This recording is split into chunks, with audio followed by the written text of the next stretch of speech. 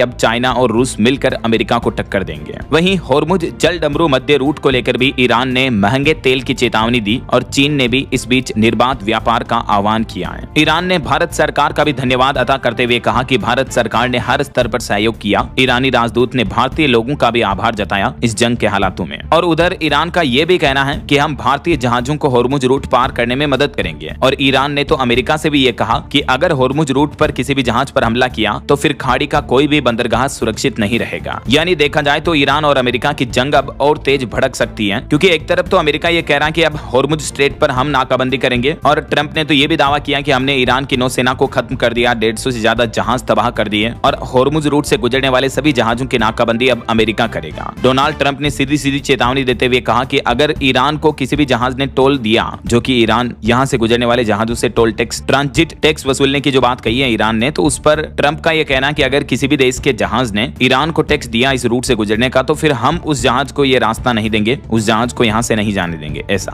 तो कहने का मतलब ईरान और अमेरिका दोनों ही देश अब होर्मुज रूट पर अपना नियंत्रण, अपना कंट्रोल, आधिपत्य स्थापित करना चाहते हैं। होर्मुज पर दोनों देशों की तानातानी बढ़ रही है। ट्रंप ने खुली चेतावनी दे दी कि नाकाबंदी के पास भी आए अगर ईरानी जहाज तो हम ईरानी जहाजों को तबाह कर देंगे। डोनाल्ड ट्रंप ने खुली धमकी दी और यह भी कहा कि हमने 158 जहाज तो ऑलरेडी तबाह कर दिए, अब भी आसपास कोई नजर आया तो सीधा उड़ा देंगे। भारत के जहाजों पर भी रिपोर्ट आ रही कि होर्मुज जल डमरू मध्य रूट में तकरीबन 15 भारतीय जहाज फंसे हुए हैं, जिन्हें सुरक्षित वापसी के लिए भारत सरकार भी सक्रिय है, बातचीत चल रही है। और एक राहत की खबर तो यह है कि ट्रंप के होर्मुज बंद करने की चेतावनी के बीच भी कुछ जहाज भारत पहुंचे हैं जो ईरानी क्रूज के जहाज हैं। वो ये डेटा आप देख सकते हैं। तो ईरान अमेरिका के बीच बढ़ते इस तनाव के मद्देनजर भी भारत सरकार का यही कहना है कि अभी भी हमारे देश में एलपीजी गैस की कोई कमी नहीं है, पैनिक बाइंग करने से बचें। 95% ग्राहक अब डिजिटल माध्यम से एलपीजी की बुकिंग कर रहे हैं। ऐसा और रशिया से भी क्रूड ऑयल पर रिपोर्ट आ रही है कि रूस से तेल आयात 19 लाख बैरल प्रतिदिन पहुंच चुका है। पिछले महीने मार्च में ही सरकार ने बढ़ा दिया था रशिया से ज्यादा तेल खरीदना, 2 साल के उच्चतम स्तर पर चल रहा है। मिडिल ईस्ट तनाव के बाद भारत ने रूस से ये क्रूड ऑयल की खरीदारी बढ़ाई है।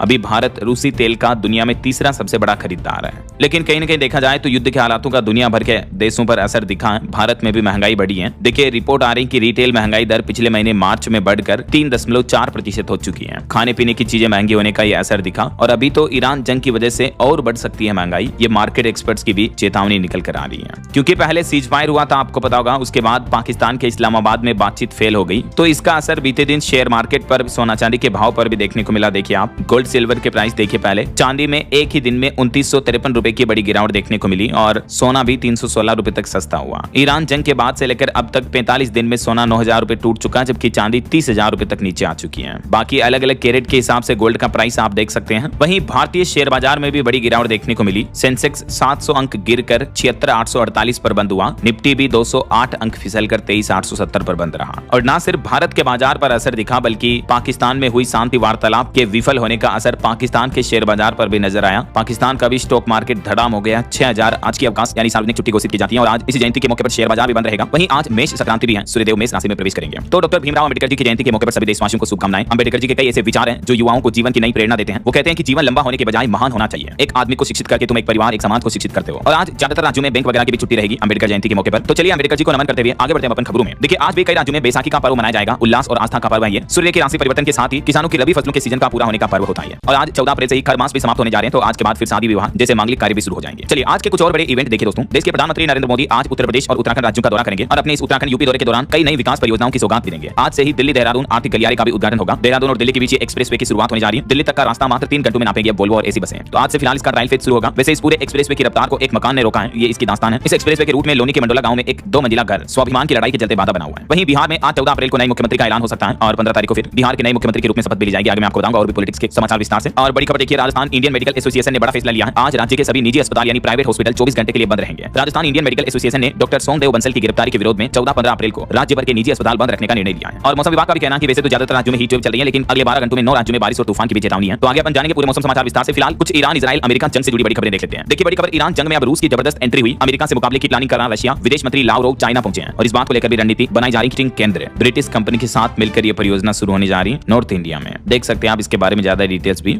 और वहीं खबर है, विधायिका में महिलाओं को आरक्षण 21वीं सदी का सबसे बड़ा निर्णय होगा, यह कहना है प्रधानमंत्री नरेंद्र मोदी का। बीते दिन राजधानी दिल्ली में पीएम नरेंद्र मोदी ने दिल्ली के विज्ञान भवन में महिला आरक्षण पर बात करते हुए नारी शक्ति वंदन कानून पर बोले कि यह 21वीं सदी के सबसे बड़े निर्णयों में से एक साबित होगा। पीएम का प्लान है 2029 तक नारी वंदन कानून लागू किया जाए और राजनीति में 33% आरक्षण महिलाओं को दिया जाए। अपने संबोधन में प्रधानमंत्री महिलाओं से बोले कि मैं गृहस्थ नहीं हूं लेकिन जानता सब हूं। हमारी योजनाओं से औरतें आर्थिक रूप से ताकतवर बनी हैं। पीएम नरेंद्र मोदी ने महिला आरक्षण बिल पर कहा कि हमारे देश की संसद एक नया इतिहास रचने के करीब है। हालांकि विपक्ष कई मायनों में इस महिला आरक्षण बिल का विरोध कर रहा है। देखिए, कांग्रेस से सोनिया गांधी ने भी दावा किया कि महिला आरक्षण नहीं बल्कि परिसीमन असली मुद्दा है। उन्होंने पूछा कि चुनाव प्रचार के बीच विशेष सत्र की क्या जरूरत थी। तो ये कुछ राजनीतिक बयानबाजी चल रही है और पॉलिटिक्स के कुछ और अपडेट देखिए दोस्तों। पश्चिम बंगाल में लाखों लोग नहीं डाल सकेंगे वोट, सुप्रीम कोर्ट ने अंतरिम अधिकार देने से इनकार कर दिया। जी हां, बंगाल में जो एसआईआर अभियान के दौरान जिन लोगों के नाम कटे थे वे लोग वोट नहीं दे सकेंगे। फाइनली सुप्रीम कोर्ट में इस मुद्दे को लेकर अंतिम सुनवाई हुई और इस पर सुप्रीम कोर्ट ने कहा कि अभी बंगाल में चुनाव बहुत नजदीक आने वाले हैं, तो इस स्टेज पर हम इस मुद्दे में दखल नहीं देंगे। अगर ऐसे ही आपत्तियां आती रही तो फिर चुनाव कैसे होगा। तो सुप्रीम कोर्ट के इस फैसले का सीधा सीधा मतलब यह है कि बंगाल में 34 लाख मतदाता वोट नहीं डाल सकेंगे। सुप्रीम कोर्ट ने इनको राहत देने से इनकार कर दिया। वैसे तो एसआईआर में पश्चिम बंगाल में और भी ज्यादा लाखों लोगों के नाम कटे थे, क्योंकि एसआईआर से पहले देख सकते हैं आप बंगाल में वोटर्स थे 7 करोड़ 66 लाख, लेकिन एसआईआर के बाद 6 करोड़ 76 लाख वोटर्स रह गए। तकरीबन 90 लाख से भी ज्यादा वोटर्स के नाम कटे हैं। और वहीं पॉलिटिक्स के कुछ और अपडेट देखिए। गृह मंत्री अमित शाह ने भी पश्चिम बंगाल में चुनावी जनसभा करते हुए कहा कि टीएमसी ने बंगाल के 5000 करोड़ रुपए गायब किए। ममता बनर्जी ने कहा कि 19 राज्य और केंद्र सरकार मेरे खिलाफ है, अकेले लोगों के लिए लड़ रही हूँ। इधर कर्नाटक कांग्रेस के भी 30 विधायक दिल्ली पहुंचे, कैबिनेट में फेरबदल की मांग की। पहली बार जीते 38 एमएलए ने भी 5 मंत्री पद मांगे। कर्नाटक कांग्रेस कैबिनेट में भी फेरबदल की मांग देखने को मिल रही है। राजनीतिक हलचल, सियासत बढ़ी। और खबर है राज्यसभा के उपसभापति का चुनाव भी 17 अप्रैल को होगा। हरिवंश पर एनडीए ने फिर से दांव लगाने का प्लान भी बनाया है। चलिए, खबर है दिल्ली के पूर्व मुख्यमंत्री अरविंद केजरीवाल बीते दिन अपने आबकारी केस मामले में खुद पैरवी करने कोर्ट पहुंचे। इस दरमियान केजरीवाल ने कहा कि जज आरएसएस से जुड़े संगठन के कार्यक्रम में गई थी। जस्टिस स्वर्ण कांता को हटाने की उन्होंने 10 वजह गिनाई। अपने केस में खुद पैरवी करते हुए तो अदालत में केजरीवाल के आरोपों का जस्टिस स्वर्ण कांता ने भी जवाब देते हुए कहा कि मुझे घूरिए मत। अरविंद केजरीवाल से जज ने पूछा कि आप कहना क्या चाहते हो, क्या मैं राजनीतिक रूप से बायस्ड हूँ। तो ये मामला चल रहा है। और फिलहाल देखिए अगली बड़ी खबर, तेलंगाना के सरकारी स्कूल में अब एआई यानी आर्टिफिशियल इंटेलिजेंस से पढ़ाई होगी। 105 सीटों के लिए 3500 आवेदन आए। मंत्री ने डिजिटल स्कूल के लिए ट्रस्ट से 8 करोड़ रुपए दिए। तेलंगाना की राजधानी हैदराबाद में पहली बार किसी गवर्नमेंट स्कूल में एआई स्टैंडर्ड एजुकेशन शुरू होने जा रही है, जो कि बहुत ही अच्छी पहल है। चलिए अगला अपडेट देखिए। पंजाब में उम्र कैद वाला बेअदबी बिल पास हुआ। हालांकि इसमें गीता, कुरान, बाइबल इस तरह के धार्मिक ग्रंथों के बारे में जिक्र नहीं है, लेकिन इस बिल पर संबोधन में पंजाब के मुख्यमंत्री भगवंत मान बोले कि एकाध कोवा मार लटका दिया तो कोई नहीं करेगा। बात कुछ यूं है दोस्तों, पंजाब के विधानसभा के स्पेशल सेशन में बीते दिन मुख्यमंत्री भगवंत मान ने जागत जोत श्री गुरु ग्रंथ साहिब सत्कार संशोधन विधेयक 2026 को पेश किया और इसे सर्वसम्मति से पास भी कर दिया गया है। उन्होंने कहा कि बेअदबी की सजा या तो अब उम्र कैद या टिल डेथ तक होगी।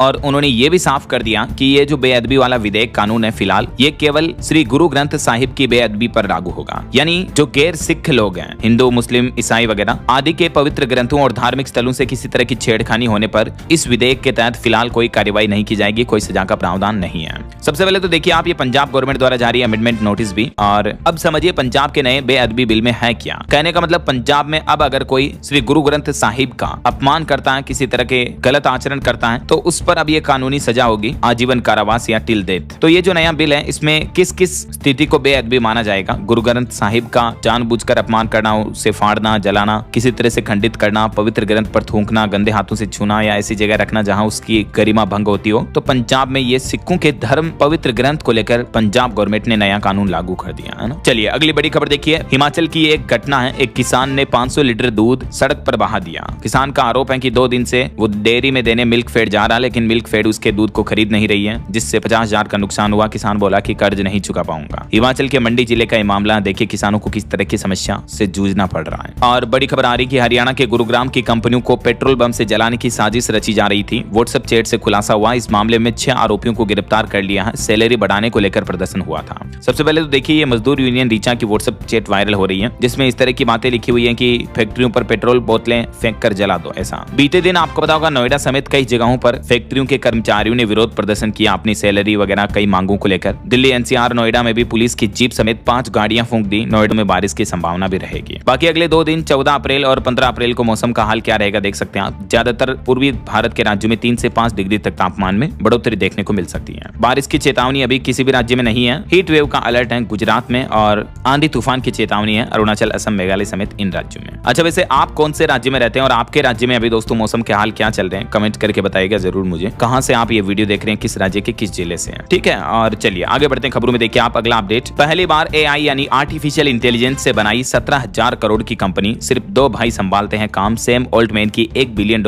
वाली भविष्यवाणी सच साबित हुई है। लॉस एंजलिस के रहने वाले 41 साल के मैथ्यू ने एआई से 17,000 करोड़ की कंपनी बना दी, दावा किया जा रहा है। चलिए अगला अपडेट देखिए। महाराष्ट्र में हाई कोर्ट ने पेंशन में देरी पर सरकार को फटकार लगाते हुए जवाब मांगा और महाराष्ट्र की लाड़की बहन योजना के खर्च पर भी सवाल उठाए। वहीं खबर है सीपीईसी और सीमा विवाद के बीच चाइना ने पीओके के पास बनाया नया प्रांत। इस पर भी भारत ने अब आपत्ति जताई है। वैसे चाइना ने अभी अरुणाचल प्रदेश की भी कई जगहों के नाम बदल दिए थे, तो इस पर भी भारत का कहना है कि चाइना ने ये नाम मनगढ़ंत दिए हैं। अरुणाचल प्रदेश हमेशा से भारत का हिस्सा था, है और रहेगा। चाइना के झूठे दावे हकीकत नहीं बदल सकते हैं। चीन ने पिछले 9 साल में 89 जगहों के नाम बदल दिए, देखिए जरा आप। तो इस पर विदेश मंत्रालय की तरफ से ये क्लियरिफिकेशन भी जारी किया गया। चलिए अगली बड़ी चौंकाने वाली खबर देखिए। बिहार से 163 बच्चों को ले जाया जा रहा था महाराष्ट्र, लेकिन बीच में ही मध्य प्रदेश के कटनी में रेलवे पुलिस ने अपराधियों के मंसूबों पर पानी फेर दिया। जी हां, कटनी में रेलवे पुलिस ने पटना पूर्णा एक्सप्रेस पर 163 नाबालिग लड़कों को बचाया। आरोप है कि इन बच्चों को बिहार से ले जाकर महाराष्ट्र वगैरह इन राज्यों में मजदूरी के लिए ले जाया जा रहा था। देखिए आप, पुलिस ने 8 आरोपियों को गिरफ्तार भी कर लिया इस मामले में। और किसान भाई लोगों के लिए अच्छी खबर है, अब आप खेत में खड़े खड़े अपने मोबाइल फोन से मिट्टी की स्थिति जांच सकेंगे। सरकार इसके लिए नया मोबाइल ऐप लेकर आई है जिसका नाम है सोइल मोबाइल ऐप ई फार्म्स। केंद्र सरकार ने इसका लोकार्पण किया, जिसकी मदद से किसान भाई लोग अपने खेत की मिट्टी की गुणवत्ता जांच पाएंगे। चलिए खबर देखिए। नागपुर जिले के कोराडी थर्मल पावर स्टेशन में भाप लीक हुई, इसके चलते 8 कर्मचारी घायल हो गए। हालांकि गनीमत रही कि किसी तरह की जनहानि नहीं हुई। और बड़ी खबर आ रही, कोयला घोटाले में ईडी ने आईपेक डायरेक्टर विनेश चंदेल को भी गिरफ्तार कर लिया। कंपनी बंगाल में टीएमसी के चुनाव मैनेजमेंट का काम देख रही थी। वहीं इधर कांग्रेस अध्यक्ष मल्लिकार्जुन खड़गे का कहना है कि महिलाओं के लिए आरक्षण पर चर्चा के लिए 15 अप्रैल को सर्वदलीय बैठक बुला रहा अब विपक्ष। और खबर है कि तमिलनाडु के विरुधुनगर में भी पटाखा फैक्ट्री में विस्फोटक के बाद आग लग गई। कई श्रमिकों के फंसे होने की आशंका है। दिल्ली हाईकोर्ट ने SC/ST एक्ट के मामले पर सुनवाई करते हुए कहा कि सिर्फ दुर्व्यवहार से SC/ST एक्ट पर मुकदमा नहीं लगेगा। DU प्रोफेसर के खिलाफ केस को भी रद्द कर दिया। वहीं गुजरात के दमोह जिले में यह अनोखा मामला देखने को मिला। एक ही प्रत्याशी ने 3 राजनीतिक पार्टियों भाजपा, कांग्रेस और आम आदमी पार्टी से अपना पर्चा भर दिया चुनाव में खड़ा होने के लिए। चलिए अगली बड़ी खबर देखिए। ब्रिटेन के प्रधानमंत्री कीर स्टारमर बोले कि social media platforms unlimited scroll feature को खत्म करें, क्योंकि ये फीचर बच्चों में लत पैदा कर रहा है। जो इनफाइनाइट स्क्रॉल होता है ना, फेसबुक, इंस्टाग्राम, इन पर जितना आप स्क्रॉल करते जाओ होते जाएगा, कभी एंड ही नहीं होता है। तो इस फीचर को लेकर ब्रिटेन के प्रधानमंत्री ने कंपनियों से ये बात कही है कि इस फीचर को खत्म किया जाए। और भारत की एक अनोखी उपलब्धि देखिए दोस्तों। उत्तर प्रदेश की राजधानी लखनऊ में यूपी का पहला हार्ट ट्रांसप्लांट हुआ। SGPGI में एक महिला को मिला नया जीवन। दिल्ली से एयर एम्बुलेंस से लाए केडवर हार्ट को ट्रांसप्लांट किया डॉक्टरों ने सफलतापूर्वक। 40 साल की एक महिला के नया हार्ट ट्रांसप्लांट किया है। और उत्तर प्रदेश में पहली बार यह हृदय प्रत्यारोपण देखने को मिला।